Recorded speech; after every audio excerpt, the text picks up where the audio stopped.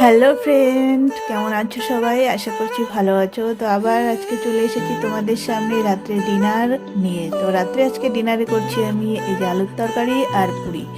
তো এই যে আলুর তরকারিটা হয়ে গেছে রান্না, এটা নামিয়ে রাখলাম। আর এদিকে পুরিটা ভাজবো। পুরিটার জন্য আটা মাখিয়ে রেখেছি আমি। তো এই যে কড়াইটা বসিয়ে দিলাম। তো কড়াই গরম হয়ে গেছে, এখন কড়াই তেল দিয়ে দিচ্ছি। তো তেলটা গরম হয়ে গেলে তারপরে পুরিগুলো ভাজবো। ওইদিকে লেচি করে নিয়েছি, আর এই যে পুরিগুলো বেলেও নিয়েছি আমি। তো একটা একটা করে এখন ভাজবো।